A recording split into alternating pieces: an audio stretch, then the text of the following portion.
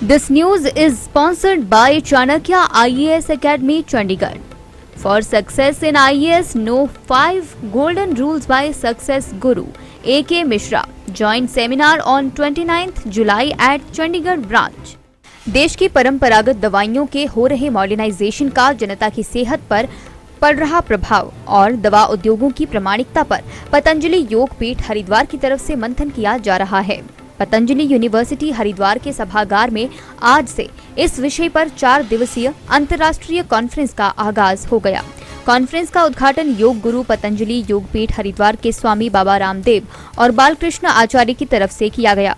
बाबा रामदेव ने कहा कि विश्व एलोपैथिक पद्धति का जल्दी ही शीर्षासन होने वाला है। उन्होंने कहा कि एक षड्यंत्र के तहत एलोपैथिक पद्धति की तरफ से लोगों की सेहत से जो खिलवाड़ किया जा रहा था और अभी भी किया जा रहा है, उसको पछाड़कर आयुष्मान और योग पद्धति पीछे धकेल देगी। इस ऐतिहासिक 4 दिवसीय इंटरनेशनल कॉन्फ्रेंस में विज्ञानी और ज्ञानी मंथन करेंगे। पहले दिन आचार्य बालकृष्ण और उनकी टीम की तरफ से विभिन्न जड़ी बूटियों को लेकर तैयार 80 ग्रंथों का भी विमोचन किया गया।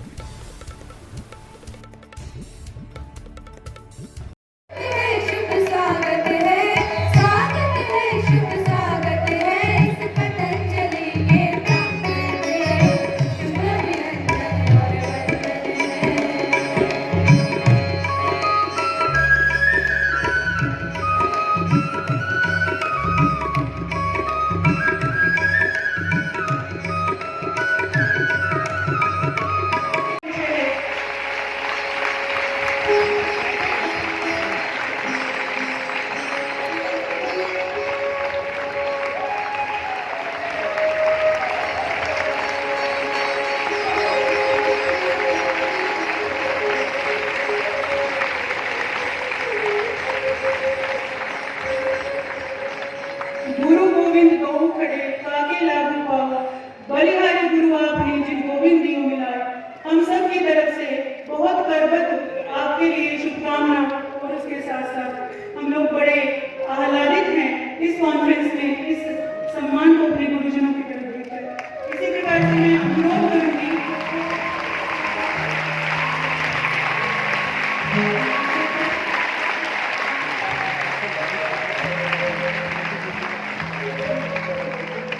मैं मंचासीन सभी महानुभावों से रिक्वेस्ट करूंगी कि जर्नल ऑफ मेडिसिनल प्लांट का विशेष जो इशू है, विशेष जो उसका अंक है, जो पूज्य आचार्य श्री के योग और आयुर्वेद के पूरे एक तक को ये पूरा का पूरा उसको डेडिकेटेड है, मैं अनुरोध करूंगी कि उसके विमोचन के लिए कृपया आगे आएं।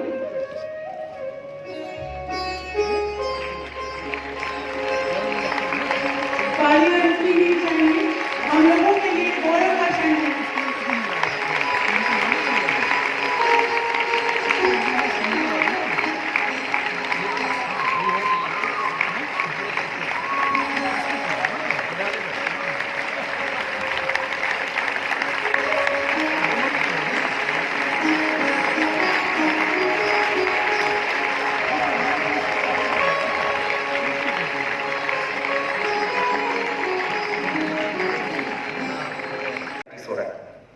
रास्ता क्या है?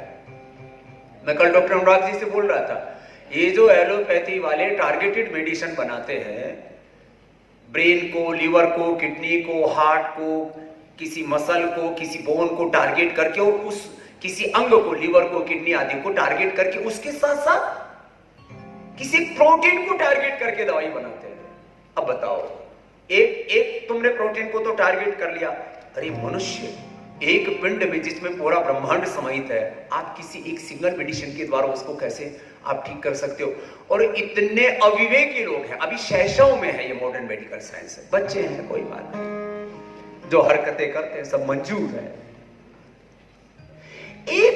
आप एक सिंगल प्रोटीन को टारगेट करके इस पूरे मनुष्य को कैसे स्वस्थ बना सकते हो? और कहते हैं कि तुमने ज्यादा को टारगेट किया तो तुम मेडिसिन ही नहीं। ये मूर्खता। और कि आपने यदि एक से ज्यादा सेल को, लीवर, एक अंग से ज्यादा आपने पूरी बॉडी को एक साथ टारगेट किया और आपको ट्रीटमेंट दे रहे हैं, तो हम उसको ट्रीटमेंट ही नहीं मानते, उसको मेडिसिन की जगह क्या कहते हैं Acharya ji? Phytomedicine, phytochemical. आप मेडिसिन से बाहर निकल गए, बोला आप फिर दूसरी श्रेणी में आ गए, आप फूड सप्लीमेंट में आ गए। एक मेडिसिन, एक फाइटो मेडिसिन, फिर फूड सप्लीमेंट, और इस परिभाषा ही ऐसी घड़ रखी है, क्या करें। लेकिन अब पूरी दुनिया की मेडिकल साइंस का भी शीर्षासन होने वाला है, इसको भी पुनर्विचार करना पड़ेगा। ये टारगेटेड मेडिसिन के नाम पर जो तुम लोगों को मूर्ख बना रहे हो, उनके साथ क्रूरता कर रहे हो। दिस इज क्रूरटी, ये क्रूरता है, ये हिंसा है, ये अपराध है, ये क्राइम है कि आप, अरे एक आदमी, आज कौन है ऐसा व्यक्ति, एक रोगी को कम से कम 10 बीमारियां, बीपी भी है, शुगर भी है, थायराइड भी है। आज सुबह एक जो है, जो भी कुछ प्रवीण ठाकुर कुछ नाम था, बोले स्वामी जी मेरा पहले तो लीवर सिरोसिस हुआ, पहले तो अर्थराइटिस हुआ, अर्थराइटिस की दवाई खिलाई तो मेरा लीवर सिरोसिस हो गया, उसके साथ साथ जो है मेरी किडनी भी गड़बड़ होगी, बीपी भी हो गया, शुगर भी हो गया, हार्ट के अंदर ब्लॉकेज भी आ गई। मैं डॉक्टर के पास गया तो डॉक्टर ने मुझे कहा तेरा लीवर ट्रांसप्लांट भी नहीं हो सकता, और लीवर को तो ठीक हम कर ही नहीं सकते बिना ट्रांसप्लांट किए। तो बोले मैं क्या करूं, बोले तुम मर। बोले हमारे पास लीवर की तो दवा है ही नहीं, अब तेरा लीवर ट्रांसप्लांट इसलिए नहीं कर सकते, तेरे को बीपी है, शुगर है, हार्ट की प्रॉब्लम है, किडनी में फेल है, अर्थराइटिस पहले से ही है, तेरी हड्डियां पहले से ही कमजोर हैं, हम कुछ छेड़छाड़ करेंगे तो तू वैसे ही मर जाएगा। और बोले समझिए मेरे साथ वाले ने एक ने कराया, 15 दिन में पटक गया, वो मर गया लीवर ट्रांसप्लांट करा के। मैंने सोचा मैं क्या करूं। किताबों को, ये ज्ञान के सागर को हम राष्ट्र को समर्पित कर रहे हैं, और श्रद्धेय आचार्य श्री का 4 अगस्त को 50 वर्ष का आयुष्य पूरा हो जाएगा। तो 51 वॉल्यूम तो वर्ल्ड हर्बल इंसाइक्लोपीडिया के, और उसके साथ साथ ये वैदिक टैक्सोनॉमी के और अलग अलग प्रकार के रिसर्च के अनुसंधानों पर आधारित, कृषि से लेकर के और आयुर्वेद और योग पर अनुसंधान से लेकर के, और विश्व भेषज संहिता के साथ योग विश्वकोश तक एक बहुत बड़ा ये अवदान है। माने आने वाली शताब्दियों के लिए श्रद्धेय आचार्य श्री ने जो यह पुरुषार्थ किया है, आने वाली पीढ़ियों के लिए, यह अपने आप में अप्रतिम है। जीवन के पूर्वार्ध में जब 50 वर्ष पूर्ण कर रहे हैं श्रद्धेय आचार्य श्री, तो यह 100 से अधिक ग्रंथों का टोटल वॉल्यूम इस वर्ल्ड हर्बल इंसाइक्लोपीडिया के 109 हैं, जिनमें 1 लाख से अधिक पृष्ठ होंगे।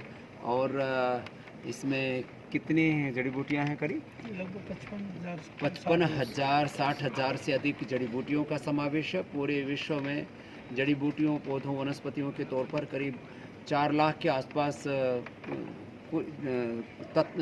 पेड़ पौधे वनस्पतियाँ मिलते हैं। उनमें से इतनों के तो मेडिसिनल गुण खोज लिए गए। तो यह अपने आप में एक बहुत बड़ा योगदान पूज्य श्रद्धेय आचार्य श्री बालकृष्ण जी का है, और साधना के पथ पर चलते हुए जो सृजन किया है, यह अपने आप में पूरे देश के लिए एक प्रेरणा है। आज एक बहुत ही एक शुभ दिन है सारे लिए, और हर्बल मेडिसिन की जो बात करते हैं तो रिसर्च के ऊपर जो काम कर रहे हैं, आपको क्या लगता है कि पूरे देश में एक दिन ऐसा भी आएगा कि लोग हर्बल मेडिसिन की ओर ही आगे आएगा?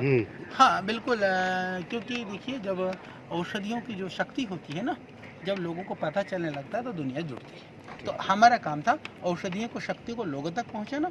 अब लोगों का कार्य उस शक्ति से जुड़ना। आचार्य जी किताबों में तो आपने इन सब जड़ी बूटियों को संग्रहित कर दिया, धरातल पर किस तरह? धरातल के लिए भी प्लानिंग चल रही है, वो सीक्रेट है, उसको मैं फिर आप सबको लेकर के एक बार दुनिया को दिखाने के लिए ले चले। आपके जन्म दिवस को जड़ी बूटी दिवस के रूप में पालन किया जाएगा क्या?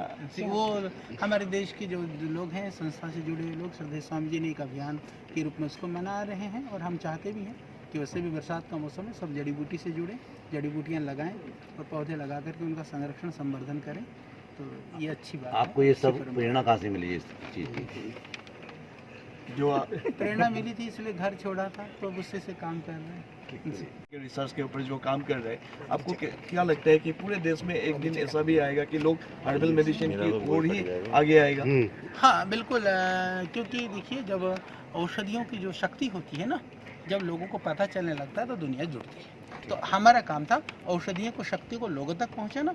अब लोगों का कार्य उस शक्ति से जुड़ना। आचार्य जी किताबों में तो आपने इन सब जड़ी बूटियों को संग्रहित कर दिया, धरातल पर किस तरह? धरातल के लिए भी प्लानिंग चल रही है, वो सीक्रेट है, उसको मैं फिर आप सबको लेकर के एक बार दुनिया को दिखाने के लिए ले चले। आपके जन्म दिवस को जड़ी बूटी दिवस के रूप में पालन किया जाएगा क्या? वो हमारे देश के जो लोग हैं, संस्था से जुड़े हुए लोग, श्रद्धेय स्वामी जी ने एक अभियान के रूप में उसको मना रहे हैं, और हम चाहते भी हैं कि वैसे भी बरसात का मौसम है, सब जड़ी बूटी से जुड़े, जड़ी बूटियाँ लगाएं और पौधे लगा करके उनका संरक्षण संवर्धन करें। तो ये अच्छी बात आपको है। ये अच्छी सब परंपरा। प्रेरणा कहाँ से मिली इस चीज़ की? जो प्रेरणा मिली थी इसलिए घर छोड़ा था, तो अब उससे से काम कर रहे हैं जी। दिव्य हिमाचल टीवी के लिए हरिद्वार से मुकेश संगर की रिपोर्ट।